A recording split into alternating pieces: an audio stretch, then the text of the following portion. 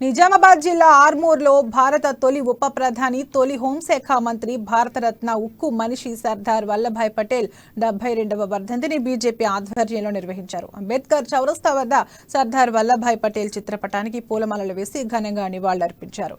ఈ కార్యక్రమంలో బీజేపీ ఆర్మూర్ పట్టణ అధ్యక్షులు Jassu Anil Kumar, BJP Armoor assembly convener Palepu Raju, దళిత మోర్చా జిల్లా ప్రధాన కార్యదర్శి కొంత మురళి, బీజేపీ పట్టణ నాయకులు పాల్గొన్నారు.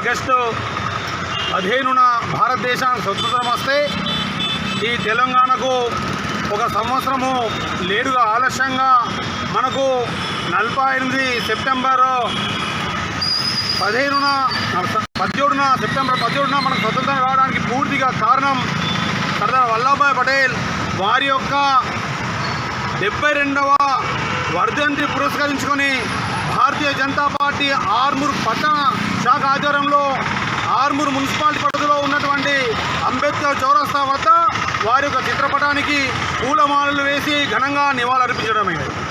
వారి యొక్క విషయాన్ని మాట్లాడితే వారు ఒక దఫలో వారు కూడా ఒక న్యాయవాది, ఈ దేశానికి ఉప ప్రధానిగా పనిచేశారు. వారు ఉక్కు మనిషి సర్దార్గా మనం పిలుస్తూ ఉంటాం. అలాంటి వ్యక్తి న్యాయస్థానంలో ఓ రోజు స్వతంత్ర సమర యోధులకు సంబంధించినటువంటి ఓ 40 మందికి ఆ రోజు ఉరి శిక్ష ఖరారు అయ్యేటటువంటి రోజు.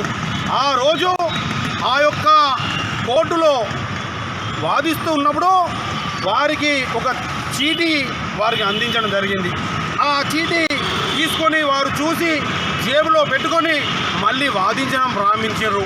అదంతా వాదించడం అయిన తర్వాత వారు కూర్చున్న తర్వాత వారిని జడ్జి గారు అడిగారు, ఏంటంటే మీకు మధ్యలో